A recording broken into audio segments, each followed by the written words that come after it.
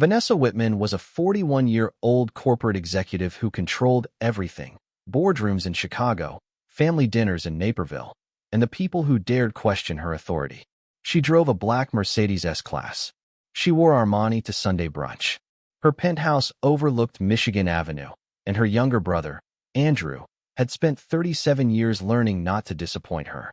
From the outside, the Whitman family looked perfect, wealthy, respected, untouchable. But inside their pristine Naperville home, something rotten was growing beneath the marble floors and designer furniture. It was a Tuesday evening when Vanessa decided to remind everyone who truly held power in the family.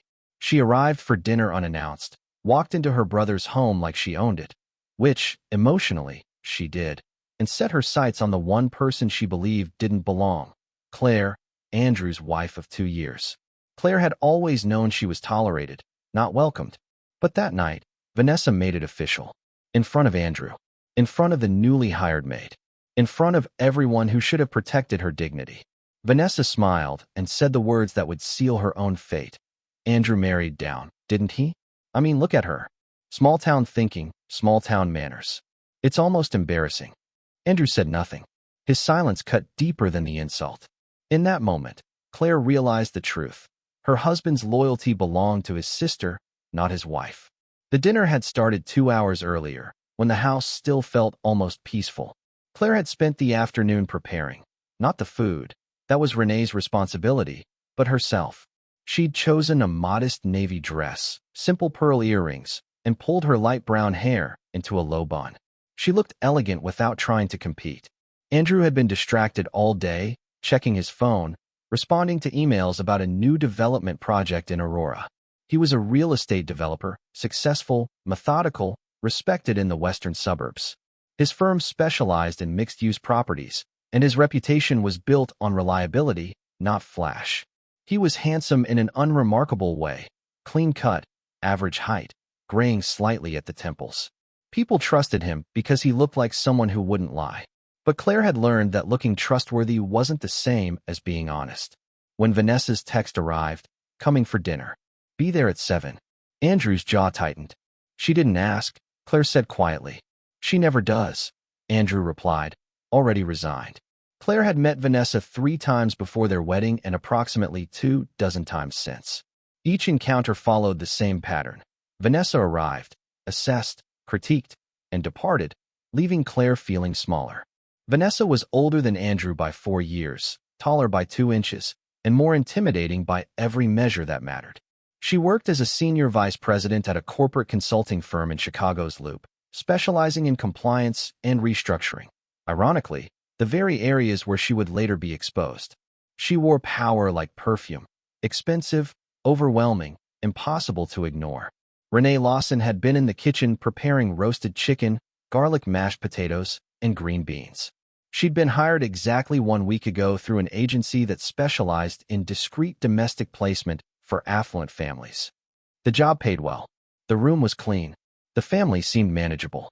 She'd been wrong about that last part. On her first day, Andrew had been polite but distant. Claire had been warm but guarded. And Vanessa, who had stopped by unannounced on day 2, had looked at Renee the way someone looks at furniture they didn't choose but were stuck with anyway. You're the maid? Vanessa had asked. Yes, ma'am. Renee Lawson.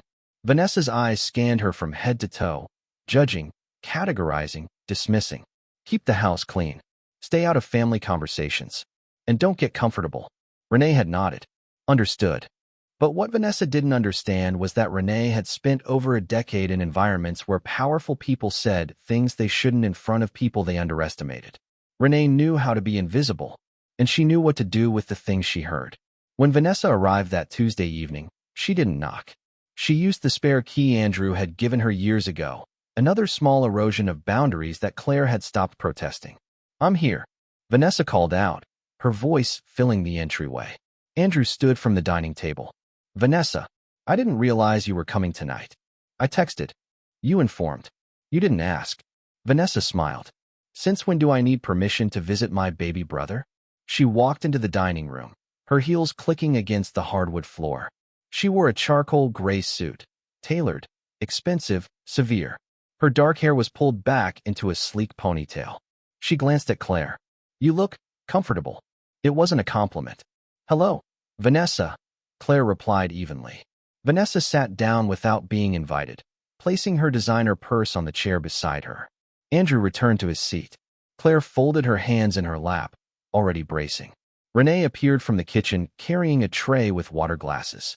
She set them down silently, her movements precise and unobtrusive. Vanessa didn't acknowledge her. To Vanessa, Renee wasn't a person, she was a function. So, Vanessa said, turning to Andrew, how's the Aurora project? On schedule. We're breaking ground next month. Good. I'd hate to see you fall behind. You know how investors talk. Vanessa's gaze shifted to Claire. And what about you, Claire? What are you working on these days? It was a trap. Claire didn't work outside the home, a decision she and Andrew had made together when they'd married, though lately it felt less like a choice and more like a weapon Vanessa used against her. I've been volunteering with the community center in Lyle, Claire said carefully, helping organize their literacy program. Vanessa smiled. How charitable. The word dripped with condescension. Andrew shifted uncomfortably. Claire's been doing great work there. I'm sure she has, Vanessa said. It's just, well, I always thought Andrew would marry someone more ambitious. You know, someone who contributed financially. Someone with a career. Claire kept her face neutral. Not everyone measures contribution the same way. Of course not, Vanessa said smoothly. Some people measure it in feelings. She said the word like it was distasteful. Andrew stared at his water glass. Renee returned with the first course, a simple arugula salad with balsamic vinaigrette. She placed the plates gently, her expression unreadable. Vanessa picked up her fork, took one bite, and said, Andrew married down, didn't he? I mean, look at her. Small-town thinking, small-town manners. It's almost embarrassing. The room went silent. Claire's hand froze halfway to her fork. Andrew's face flushed, but he said nothing. Renee, standing near the kitchen door, felt her pulse quicken. She didn't move. She didn't speak. But she watched. Vanessa, Andrew said quietly, that's not. Oh, don't be so sensitive, Vanessa interrupted. I'm just being honest. Someone has to be. She turned to Claire. Honestly, Claire, I don't know what you contribute to this family. You don't work. You don't entertain. You just exist. It's like Andrew married a decoration. Claire looked at Andrew, waiting for him to say something. Anything. He looked down at his plate. And in that moment, something inside Claire went quiet. Not broken, just done. She didn't cry. She didn't defend herself. She just picked up her fork and took a bite of salad, chewing slowly, mechanically, as if Vanessa hadn't spoken at all. Vanessa looked slightly surprised. She'd expected tears, or anger, or some reaction she could use to prove Claire was too emotional. But Claire gave her nothing. Renee, still standing by the door, noticed the shift. Claire wasn't collapsing. She was calculating. And Renee recognized that look. She'd worn it herself many times. The rest of the dinner passed in strained politeness. Vanessa dominated the conversation, talking about her firm, her upcoming promotion, the incompetence of her colleagues.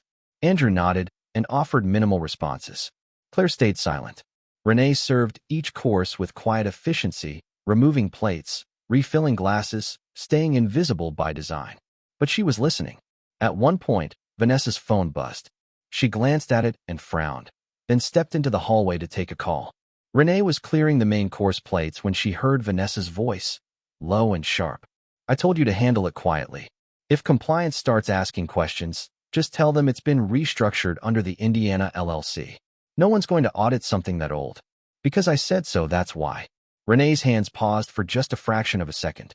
Indiana LLC. Restructuring to avoid scrutiny. Compliance concerns. She continued clearing plates, her face blank. When Vanessa returned to the table, she was smiling again. Sorry about that. Work never stops.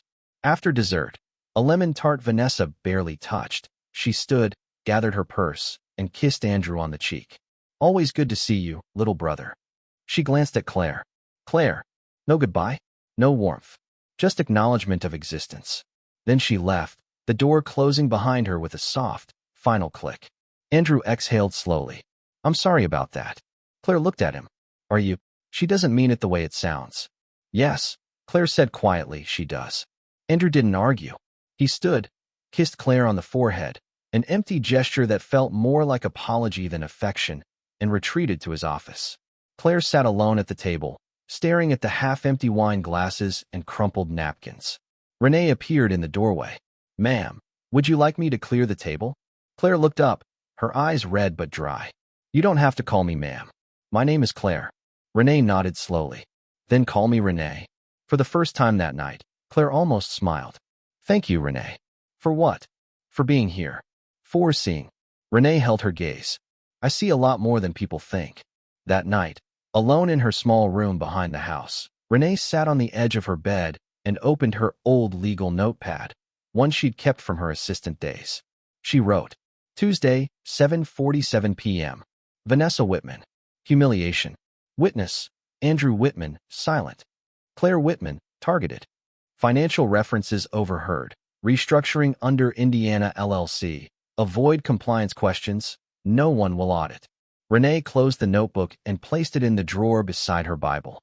She didn't know yet what she was documenting, but she knew one thing for certain. Vanessa Whitman was the kind of woman who believed power made her untouchable, and Renee had seen what happened to people like that. They always underestimated the quiet ones. 3 days after the dinner, Vanessa returned with a colleague, a woman named Diane who wore too much perfume and laughed too loudly at everything Vanessa said. They arrived at noon on Saturday, unannounced, while Claire was in the garden pulling weeds from the rose beds. She heard Vanessa's voice before she saw her. "Claire, there you are, playing in the dirt." Claire stood slowly, brushing soil from her gardening gloves. "Hello, Vanessa. This is Diane Thornton. She's a partner at my firm. I was telling her about Andrew's beautiful home, so I thought I'd show her." Diane smiled politely. "It's lovely. Andrew's inside," Claire said, gesturing toward the house. "Oh, we'll find him," Vanessa said breezily. "But first, Diane, you have to see the interior. Andrew has excellent taste. Well, he hired an excellent designer. Claire here prefers simpler aesthetics." It was said with a smile. A joke, technically, but the edge underneath was sharp enough to draw blood. Claire felt her face warm. "I should finish up here." "Of course," Vanessa said. "Don't let us interrupt your gardening." They walked inside, Vanessa's laughter trailing behind them. Renee, who had been polishing silver in the kitchen, watched through the window. She saw Claire's shoulders sag, saw her remove her gloves slowly, like someone trying to remember why she'd put them on in the first place. Later that afternoon, Vanessa held court in the living room while Andrew made coffee. Diane sat beside her, nodding along as Vanessa recounted a story about a recent board meeting. Claire sat across from them, hands folded in her lap, trying to be present without drawing attention. Vanessa turned to her suddenly. "Claire, where did you grow up again?" "Southern Illinois. A town called Carbondale." "Right. Small place, wasn't it?" "About 25,000 people." Vanessa smiled at Diane. Andrew met her at a conference in Springfield. She was working for a nonprofit that organized community literacy programs. "Very earnest work." Diane nodded politely. "That sounds meaningful." "Oh, I'm sure it was," Vanessa said. "But you know, I always thought Andrew would marry someone more metropolitan. Someone who understood the kind of circles we move in. Not everyone is built for this world, you know." Claire's jaw tightened, but she said nothing. Andrew returned with coffee. "What did I miss?" "Just getting to know Claire better," Vanessa said sweetly. "I was telling Diane how different her background is from ours." Andrew handed out cups. "Claire's background is fine." "Of course it is," Vanessa said. "I didn't say it wasn't. I just meant, well, you know, it's an adjustment. Marrying into a family like ours. Not everyone can handle the expectations." Claire looked at Andrew, waiting for him to say something stronger, something that actually defended her. Instead, he said, "Vanessa, let's not." "I'm not doing anything," Vanessa interrupted lightly. "I'm just being honest. Someone has to prepare her for what people will say. Better she hears it from family than strangers, right?" Andrew hesitated, then nodded. "I suppose." And just like that, he surrendered her dignity again. After Vanessa and Diane left, Claire sat in the living room staring at the fireplace. Andrew stood in the doorway, uncomfortable. "She means well," he said quietly. Claire didn't look at him. "No, she doesn't. That's just Vanessa. She's direct. She's cruel." Andrew sighed. "She's protective. She's always been protective of me. At my expense." "You're being too sensitive." Claire finally looked at him, and her expression was so calm it unnerved him. "Do you even hear yourself?" "What's that supposed to mean?" "It means," Claire said evenly, that you defend her more than you defend me. Andrew opened his mouth to argue, then closed it. I'm not choosing sides. Yes, Claire said. You are. She stood and walked past him, up the stairs, and into their bedroom. She closed the door quietly, not a slam, just a boundary. Andrew stood in the hallway, unsure whether to follow. He chose not to. Renee, who had been folding laundry in the utility room, had heard everything. She didn't need to see their faces to understand what was happening. This wasn't just a difficult sister-in-law. This was systematic. Calculated. Vanessa was breaking Claire down piece by piece, and Andrew was letting it happen.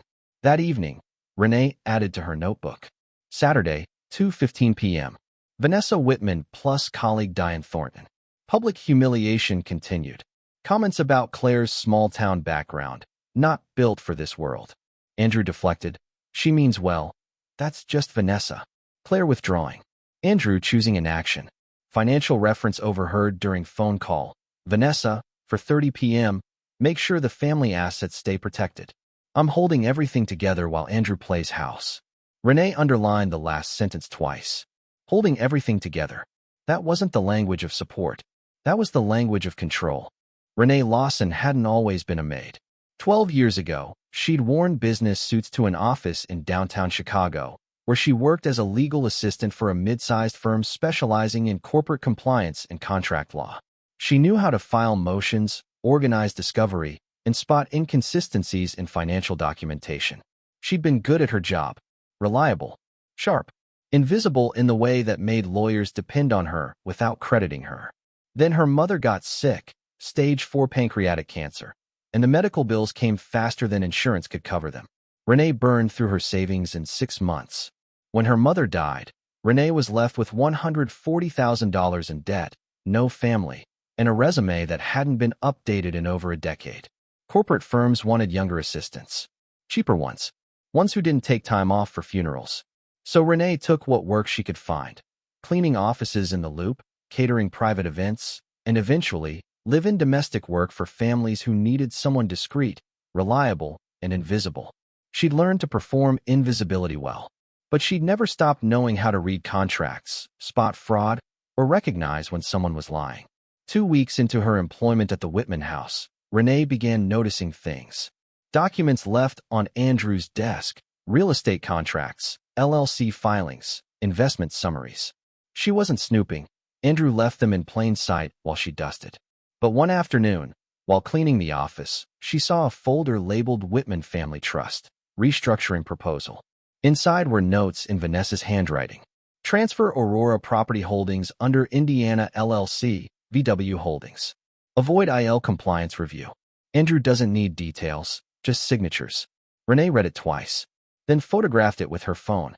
Vanessa continued visiting regularly, always unannounced, always intrusive. She treated Renee the way people treat furniture, useful, but unworthy of acknowledgement. One evening, Vanessa was on the phone in the hallway, her voice low but not low enough. No, the compliance officer doesn't need to know about the restructuring. It's a family trust, not a corporate entity. Technically, we're not required to disclose. Because I said so, Marcus. Just file it and stop asking questions. Renee was folding towels in the linen closet 3 feet away. Vanessa glanced at her once, then kept talking. To Vanessa, Renee was invisible. A maid, not a former legal assistant who understood exactly what avoid disclosure meant. Meanwhile, Claire was changing. She'd started seeing a therapist, Dr. Ellen Reyes, a psychologist in downtown Chicago whose office overlooked the Chicago River. Claire drove there every Thursday afternoon, telling Andrew she was running errands. In therapy, Claire talked about things she hadn't allowed herself to name: emotional abandonment, gaslighting, the slow erosion of self-worth. Your husband's silence is a choice, Dr. Reyes said gently during their third session. Not a neutral one. Claire nodded. I keep thinking if I just explain it better, he'll understand. And if he doesn't want to understand? Claire stared out the window at the river. Then I stop explaining. At home, the shift was subtle but visible. Claire stopped dressing to impress Vanessa. Stopped defending herself during Vanessa's jokes. Stopped waiting for Andrew to intervene. She started saying things like, I'm not discussing this. That's not a conversation I'm having. I've made my decision. Andrew noticed. You've been different lately. Have I? Distant. Claire looked at him calmly. Or maybe you're just noticing that I've stopped performing. Andrew didn't know what to say to that. Renee watched all of it. The withdrawal, the quiet strength, the way Claire stopped asking for Andrew's approval. And she watched Vanessa's increasing frustration. Vanessa thrived on reactions. Without Claire's defensiveness, Vanessa had nothing to feed on. So she escalated. One Saturday morning, Vanessa arrived while Claire was reading in the sunroom. Vanessa walked in without knocking and sat down uninvited. We need to talk about Andrew's finances. Claire looked up from her book. Why would we talk about that? Because I manage the family trust, and I need to make sure you understand your role. Which is supportive, not involved. Claire closed her book slowly. I'm his wife. And I'm his sister. I've been protecting this family's assets since before you existed in Andrew's life. Claire smiled faintly. Then you should have no problem continuing to do so. Vanessa's eyes narrowed. What's that supposed to mean? It means, Claire said evenly, that I'm not interested in your trust, your management, or your approval. If Andrew wants to discuss finances with me, he will. If not, that's between him and me, not you. Vanessa stood abruptly. You're making a mistake. Probably, Claire said. But it's mine to make. Vanessa left without another word, her heels clicking sharply against the tile. That night, Renee added to her notebook. Saturday, 10:45 a.m. Vanessa attempted to assert financial control over Claire. Claire refused engagement. Vanessa visibly rattled. New behavior pattern. Vanessa losing control of narrative. Also noted. Vanessa referenced protecting family assets since before Claire existed. Language suggests long-term financial control. Question. Does Andrew actually control his own finances, or does Vanessa? Renee closed the notebook and stared at the wall. This wasn't just about family drama anymore. This was about money, control, and something that didn't add up. Claire sat in a glass-walled office on the 43rd floor of a building on South Wacker Drive, looking out at the Chicago skyline while attorney Margaret Sue reviewed documents. Margaret was in her 50s, gray-haired, sharp-eyed, and known for representing women in complex divorces involving hidden assets. Claire had found her through a discreet referral from Dr. Reyes. You're not filing yet, Margaret said, looking up from the prenuptial agreement Claire had brought. You're gathering information. Yes. Smart. Margaret tapped the prenup. This is fairly standard, but there's a clause here about family trusts that's unusual. How so? It states that any assets held in the Whitman family trust remain under the control of the trust administrator, currently Vanessa Whitman, regardless of divorce. You'd have no claim to them, even if Andrew contributed marital income. Claire frowned. Is that legal? It's legal if you signed it. Did you read this before you signed? Andrew said it was standard, that it protected both of us. Margaret's expression was carefully neutral. It protects him, and more specifically, it protects Vanessa's control. Claire felt something cold settle in her stomach. What do I do? For now, document everything. Financial statements, trust documents, anything Vanessa or Andrew say about money. If you decide to file, we'll need to prove what's actually marital property versus what's been hidden in that trust. And if it's all hidden, then we fight to expose it. At home, Andrew sensed the distance growing but couldn't name it. Claire was polite, functional, present, but emotionally absent. Are you okay? He asked one evening. I'm fine. You seem somewhere else. I'm right here. You know what I mean. Claire looked at him. Do you want honesty, Andrew? He hesitated. Of course. I don't think you do. That's not fair, isn't it? Claire closed her book. Every time I've been honest about how your sister treats me, you've told me I'm overreacting. So I stopped being honest. That's what you wanted, isn't it? Peace. Andrew looked uncomfortable. I just don't want conflict. You have conflict, Claire said quietly. You just chose which side you're on. He had no answer for that. Vanessa, meanwhile, grew bolder. She began showing up at family events, dinners with Andrew's colleagues, charity fundraisers, neighborhood gatherings, and introducing herself as the one who keeps the family together. At a fundraiser in Oak Park, she pulled Claire aside. You've been awfully quiet lately. Have I? It's not like you to withdraw. Are you feeling all right? Claire smiled faintly. I'm feeling clear. Vanessa's expression flickered, just for a moment, before resetting to false concern. Well, if you ever need to talk, I have people I talk to. Family should come first. Should it? Claire asked, then walked away. Renee continued documenting. She recorded dates when Vanessa visited, times when phone calls happened, fragments of financial conversations overheard while cleaning. No, the Aurora transfer needs to go through the Indiana LLC, not the Illinois one. If anyone asks, tell them the trust has been structured this way for years. Andrew doesn't need to know about the restructuring. He'll sign whatever I put in front of him. Each entry went into the notebook. Each photograph of documents left carelessly open went into a cloud folder Renee had created under a pseudonym. She wasn't sure yet what she was building, but she knew it mattered. One evening, while Vanessa was in the office with Andrew discussing a property deal, Renee was cleaning the hallway. The door was ajar. Vanessa's voice carried. You need to be more careful about what Claire has access to. She's been asking questions. What kind of questions? About the trust. About finances. I don't like it. She's my wife. She has a right to know. She has a right to what we decide. She has a right to, Vanessa interrupted. This family built its wealth long before she showed up. We protect that wealth by being smart, not sentimental. Silence. Then Andrew, quietly, you're right.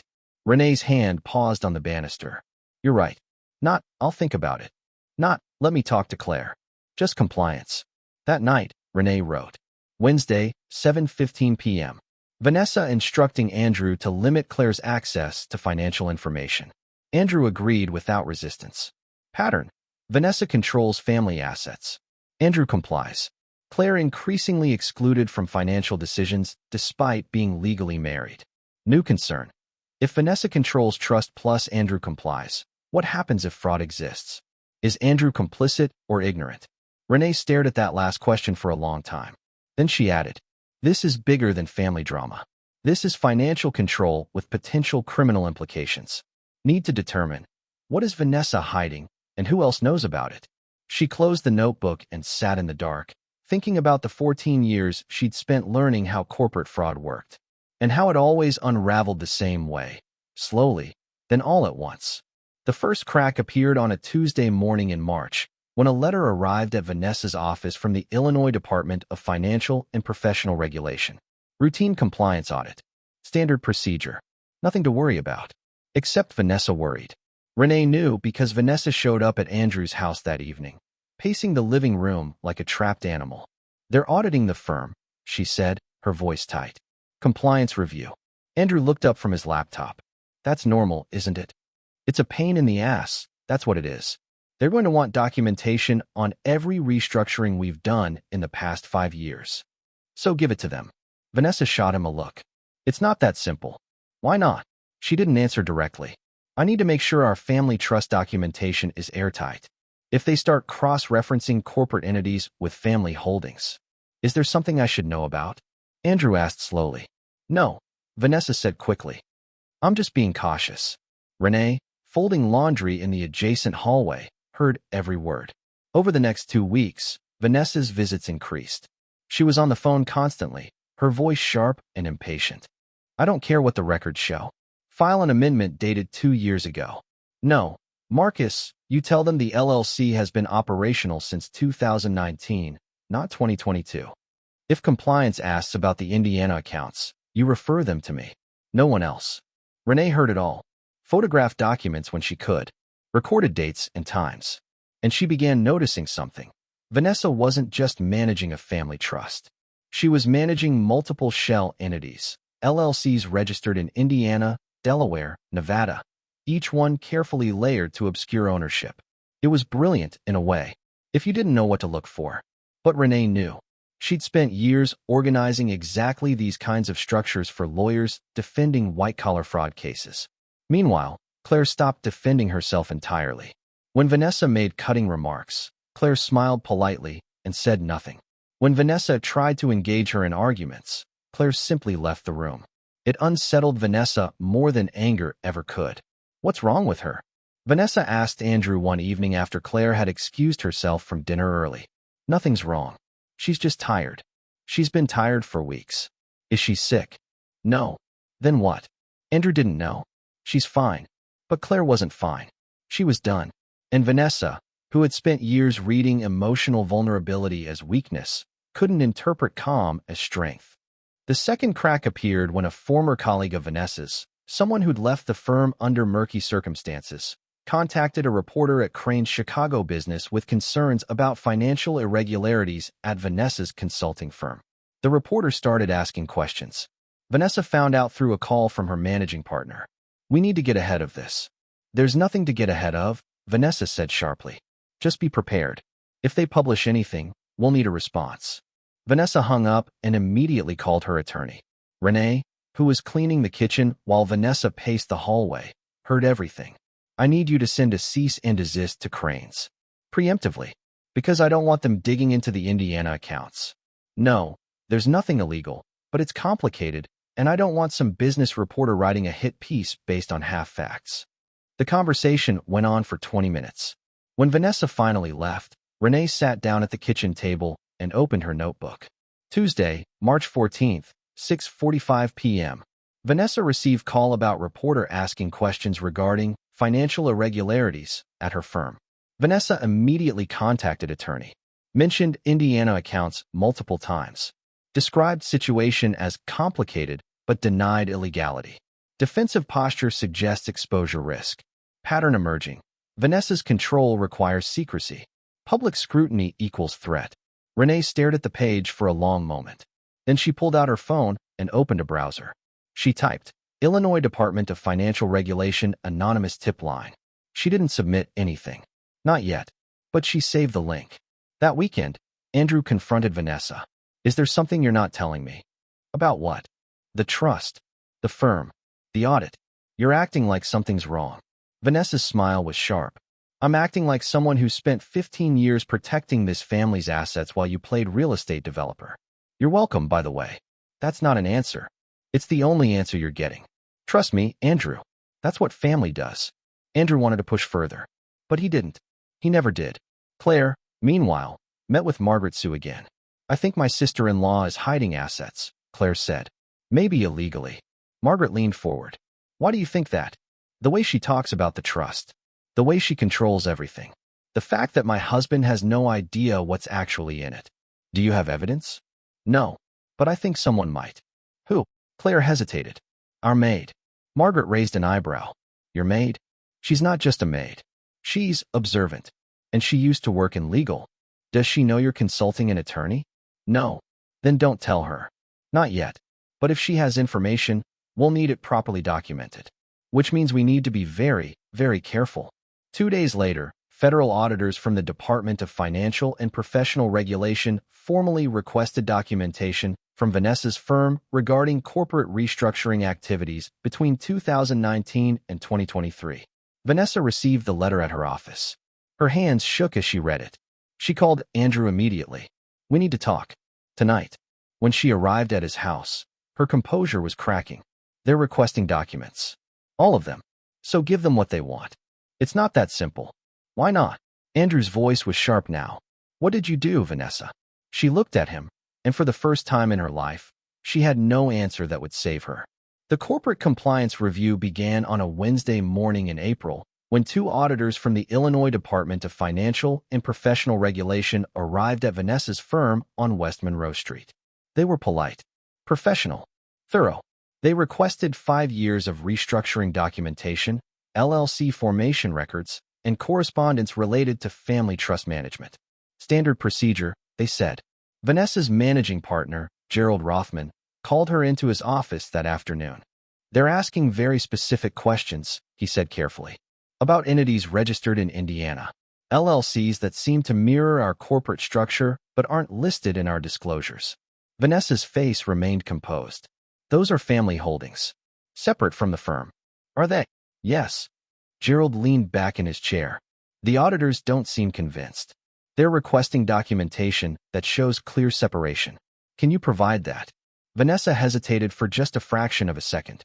Of course. But Gerald had been practicing law for 30 years. He knew what hesitation meant. "Vanessa," he said quietly, "is there something I should know before this gets worse?"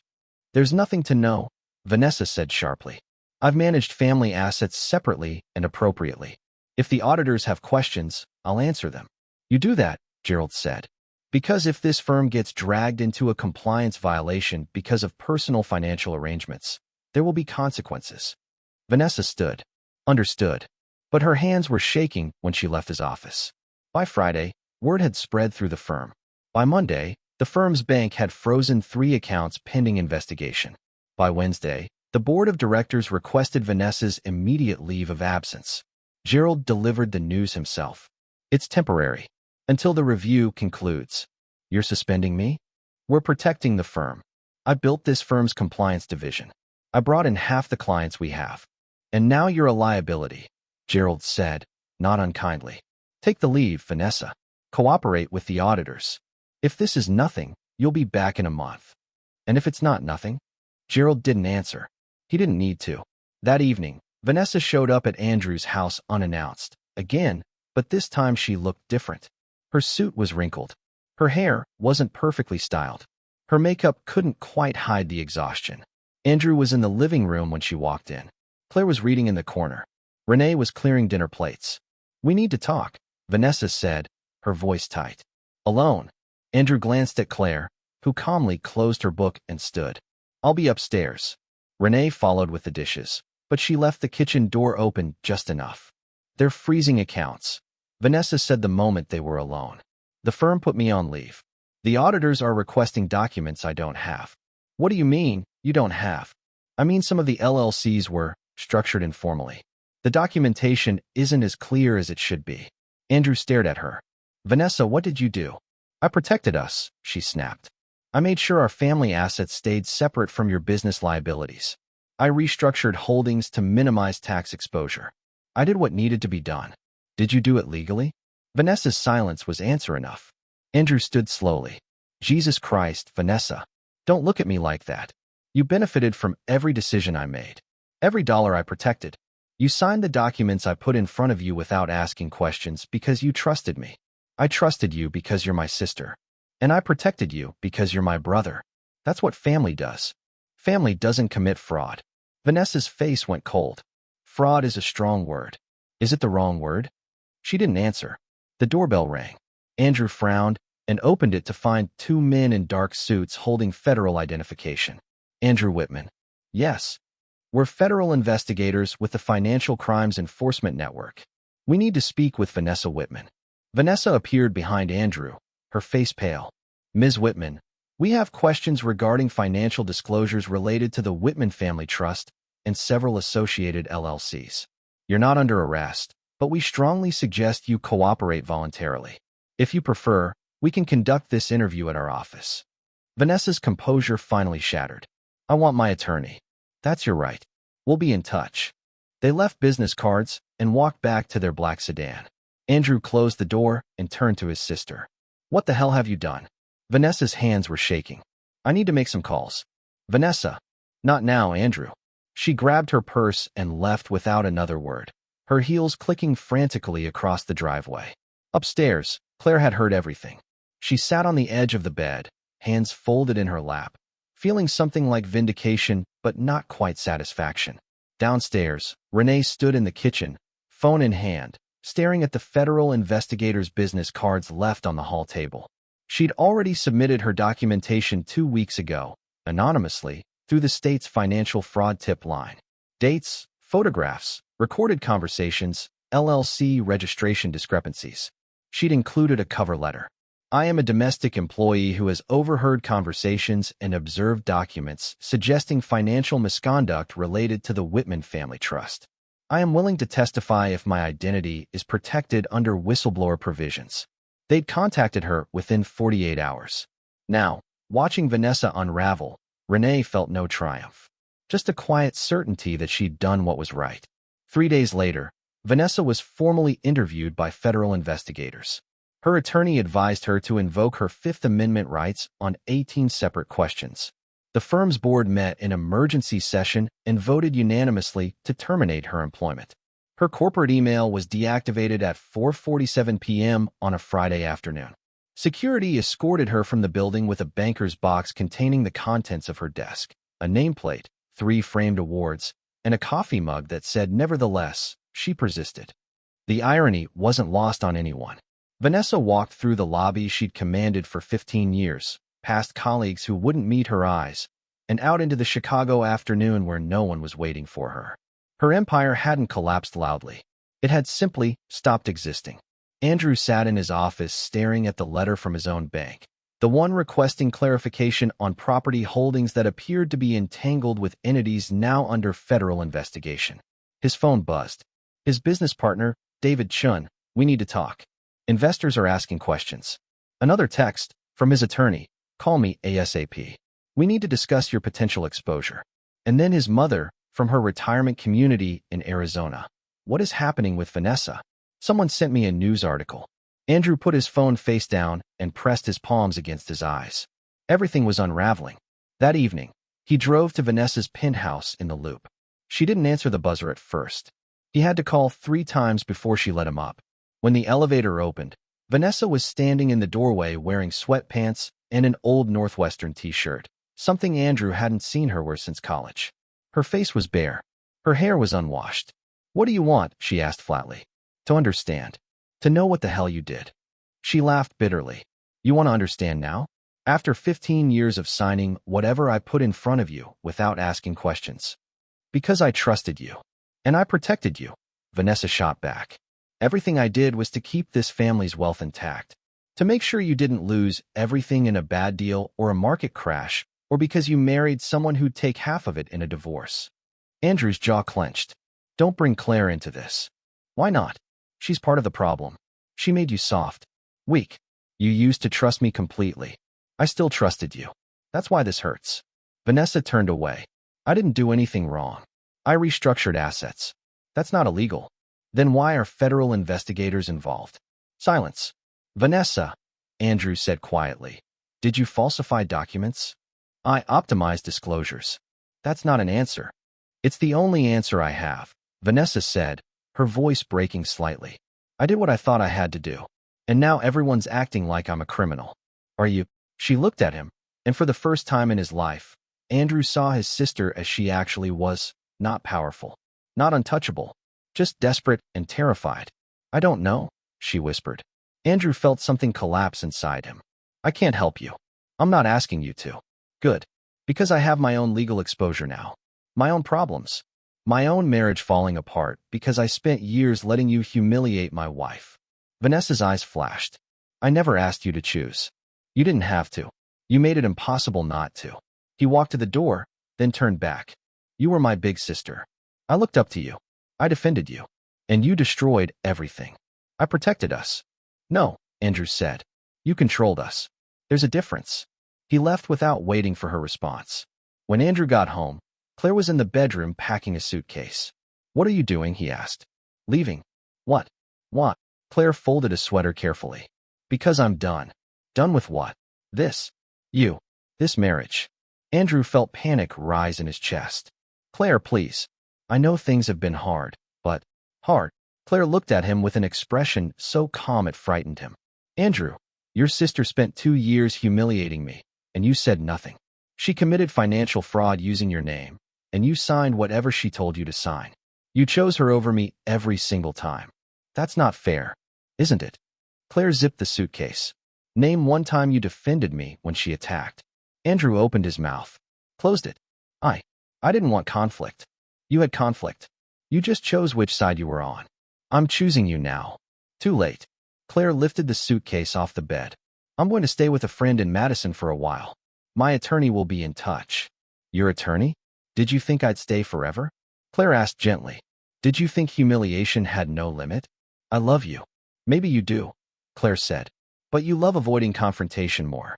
And I can't live with someone who sacrifices me for peace." She walked past him, down the stairs, and out the front door. Andrew stood frozen in the bedroom, listening to her car start and drive away. Downstairs, Renee was in the kitchen finishing the dinner dishes. She'd witnessed the entire exchange from the hallway. Andrew appeared in the doorway, looking lost. "She's really gone," he said, more to himself than Renee. Renee dried her hands carefully. "Mr. Whitman, I need to speak with you." "Not now, Renee." "Now," she said firmly. "I'm the one who reported your sister." Andrew stared at her. "What?" "I submitted the financial documentation to federal investigators. I testified about the conversations I overheard. I provided dates, times, and photographs of documents left in your office." Andrew sank into a chair. "You why?" Because what she was doing was illegal. And because she humiliated Mrs. Whitman every chance she got, and you let her.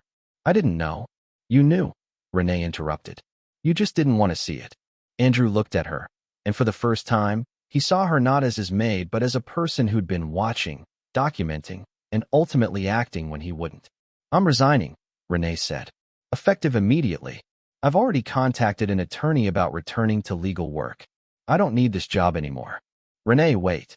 But she was already walking toward the back of the house, toward the small room where she'd spent 4 months learning exactly who the Whitman family was beneath their expensive furniture and polished surfaces.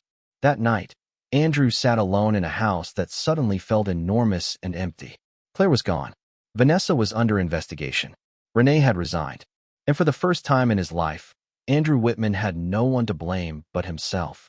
Meanwhile, Claire drove north on I-90 toward Madison, Wisconsin, windows down, radio off, nothing but highway and headlights and the quiet certainty that she'd finally chosen herself. She didn't cry. She didn't rage. She just drove. And for the first time in 2 years, she felt free. The federal charges were filed on a Monday morning in June. United States versus Vanessa Marie Whitman. Count 1, wire fraud. Count 2, making false statements to financial institutions. Count 3, conspiracy to defraud the United States. Count 4, money laundering.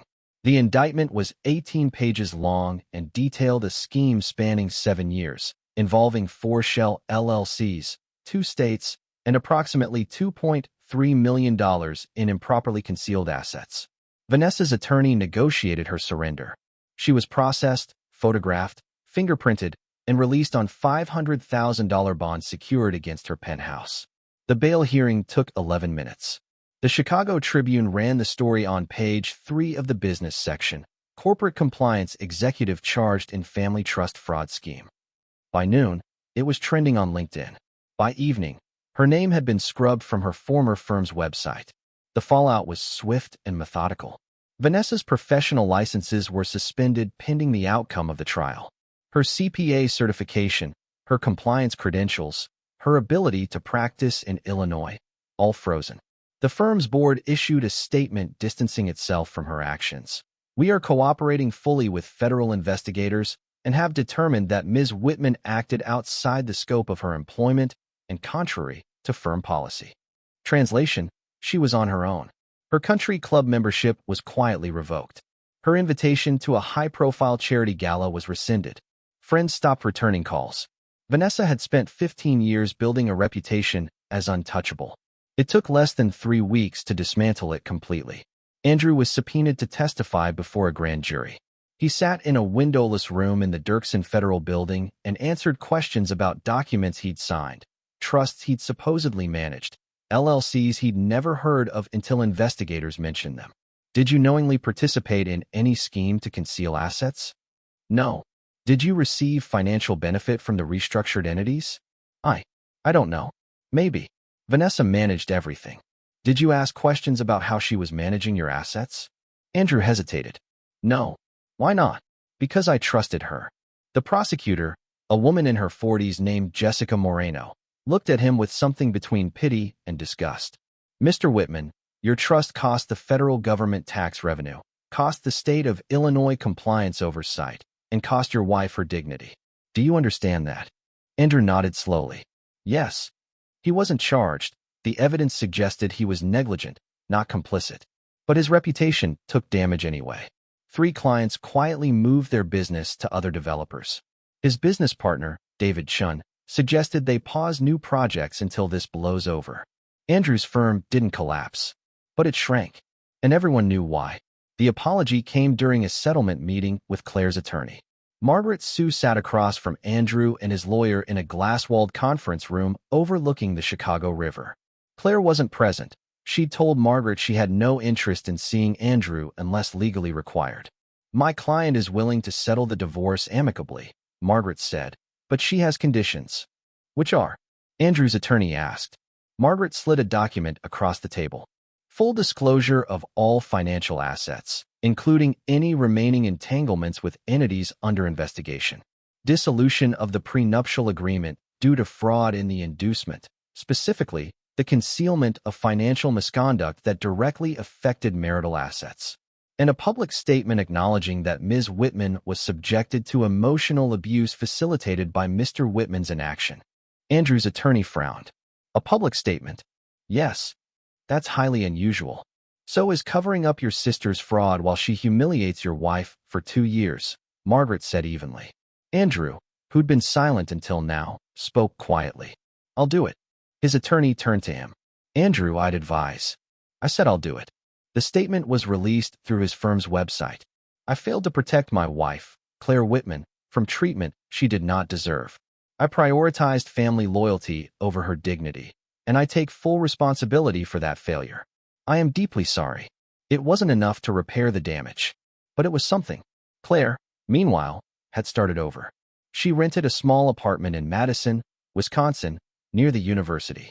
It had hardwood floors, tall windows, and a view of Lake Mendota. She launched a consultancy called Reclaim Advisory Group, specializing in helping women navigate divorces involving family businesses and hidden assets. Her first clients came through referrals from Dr. Reyes and Margaret Sue. Within 3 months, she had a waiting list. She was good at the work, not just because she understood the legal complexities, but because she understood what it felt like to be gaslit, dismissed, and financially manipulated. You're not crazy, she told clients during intake meetings. You're just married to someone who benefits from you thinking you are. Her business grew quietly, steadily, through word of mouth among women who'd been told they were too emotional, or too sensitive, or misunderstanding what was happening to them. Claire knew better, and now she helped others know better too. Renee Lawson accepted a position as a paralegal at a civil rights law firm in Chicago specializing in employment discrimination and whistleblower protection. The managing attorney, a woman named Lorraine Suarez, had read about Renee's testimony in the Whitman case and reached out directly. We need someone who understands how to document systemic wrongdoing, Lorraine said during the interview. Someone who's not afraid of powerful people. I've never been afraid of powerful people, Renee said. Just careful. She was hired on the spot.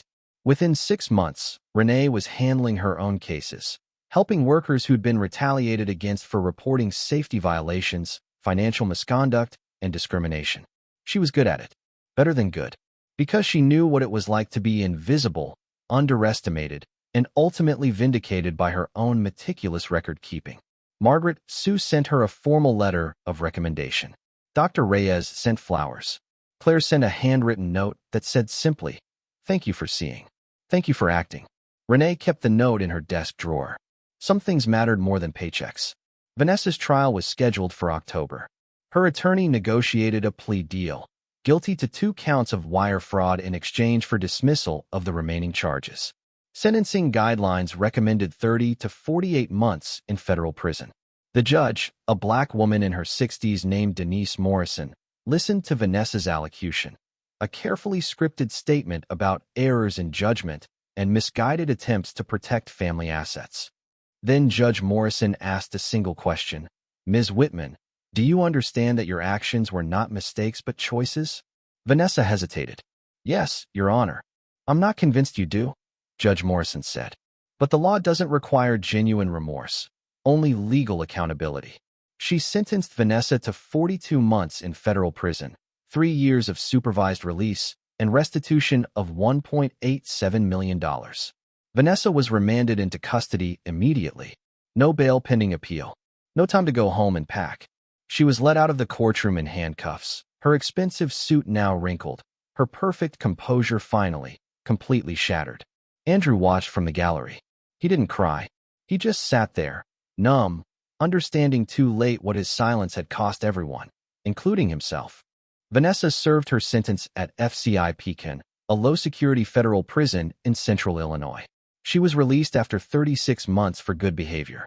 No one was waiting for her when she walked out. 2 years after the trial, Claire Whitman sat in her office in Madison reviewing a case file for a new client, a woman whose husband had hidden assets in offshore accounts and convinced her she was bad with money. Claire smiled grimly. She'd heard that story before. Her consultancy had grown. She now employed 2 junior consultants, a forensic accountant, and a legal assistant. Reclaim Advisory Group had become known in divorce attorney circles as the place you referred clients when you suspected financial abuse but couldn't prove it. Claire was good at proving it. Her apartment had been replaced by a small house near the Arboretum. Nothing extravagant, just 2 bedrooms, a garden, and a back porch where she drank coffee on Sunday mornings and didn't think about Andrew Whitman at all. The divorce had been finalized 14 months ago. She'd gotten everything she asked for, including the dissolution of the prenuptial agreement based on fraud in the inducement. Andrew had kept his business, what was left of it. Claire had kept her dignity and built something better. Renee Lawson was promoted to senior paralegal at Suarez and Associates after 18 months. She now supervised 3 junior paralegals and had developed a specialty in whistleblower documentation, teaching others how to build cases the way she'd built the case against Vanessa Whitman. She lived in a modest apartment in Pilsen, drove a used Honda Civic, and felt wealthier than she ever had working for people who thought expensive furniture made them important. She still kept a notebook, but now it was for work, documenting cases, tracking evidence, ensuring that when someone finally decided to act against wrongdoing, the documentation was already there, meticulous and unassailable. Dr. Reyes invited her to speak at a legal ethics seminar at Northwestern Law School. The topic, the ethics of silence, when service workers become witnesses. Renee spoke for 40 minutes about power, observation, and the responsibility to document wrongdoing even when you're invisible. The room was silent when she finished. Afterward, a law student approached her. "How did you know it was worth it?" "Testifying, I mean. You could have just kept your head down." Renee smiled. "I spent 12 years learning how fraud works. When I finally saw it in real time, keeping my head down would have made me complicit." "Weren't you scared?" "Terrified," Renee admitted. "But sometimes being terrified and being right are the same thing." Andrew Whitman rebuilt his business slowly. It took 3 years to regain the trust he'd lost. Not all of it, but enough to stay afloat. He never remarried. He dated occasionally, but nothing serious. Women asked about his divorce, and he told them the truth. He'd chosen loyalty to his sister over love for his wife, and he'd lost both. He sold the Naperville house. Too big, too many memories. He bought a condo in Oak Park and lived alone. He thought about calling Claire once, a year after the divorce finalized. He dialed half the number, then stopped. What would he even say? "I'm sorry, didn't cover it. I was wrong, didn't fix it." So he hung up and didn't try again. Some apologies, he realized too late, aren't meant to be accepted. They're just meant to be said. Vanessa Whitman was released from federal prison on a Tuesday morning in August. She walked out wearing state-issued clothing and carrying a clear plastic bag with her belongings, a toothbrush, commissary receipts, and a paperback Bible someone had left in her cell. No one picked her up. She took a bus to Peoria, then a Greyhound to Chicago. Her penthouse had been sold to cover restitution payments. Her savings were gone. Her professional licenses were permanently revoked. She found work as a bookkeeper for a small accounting firm in Schaumburg that didn't ask too many questions about her resume gap. She made $42,000 a year, a fraction of what she'd earned before. She lived in a studio apartment in Elgin with furniture from Goodwill. She didn't go to church, didn't join clubs, didn't try to rebuild her social circle. The people she'd known before wouldn't return her calls. The people she met now didn't know who she'd been, which was exactly what she deserved. She sometimes thought late at night, staring at the water-stained ceiling. She'd believed humiliation was a tool, a way to assert dominance, a method of control. What it had actually been was evidence. Evidence of cruelty, evidence of insecurity, evidence of someone so terrified of losing power that she destroyed everyone around her to keep it. And in the end, she lost it anyway. 5 years after the trial, Claire attended a conference in Chicago for financial professionals working in divorce consulting.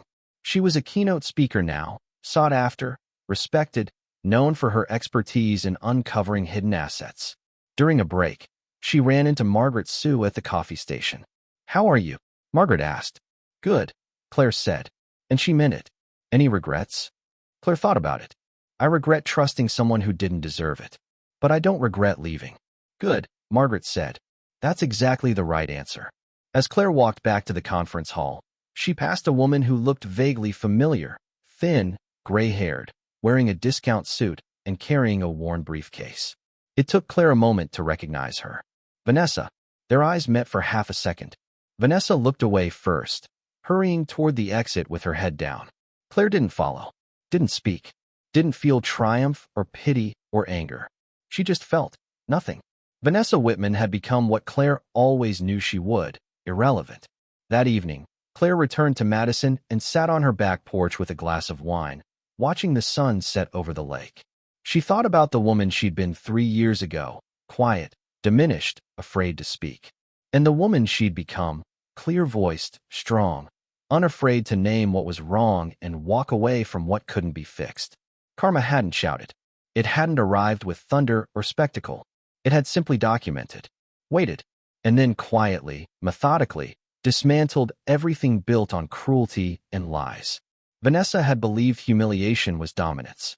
What it became was evidence. And evidence, Claire had learned, was the most powerful weapon of all. Thank you for watching this story to the end. If you enjoyed this story, you will surely love the next one. It's as crazier and more intriguing as you can ever imagine. So do check it out. Subscribe, like, and click on the image showing on your screen right now to watch the next one.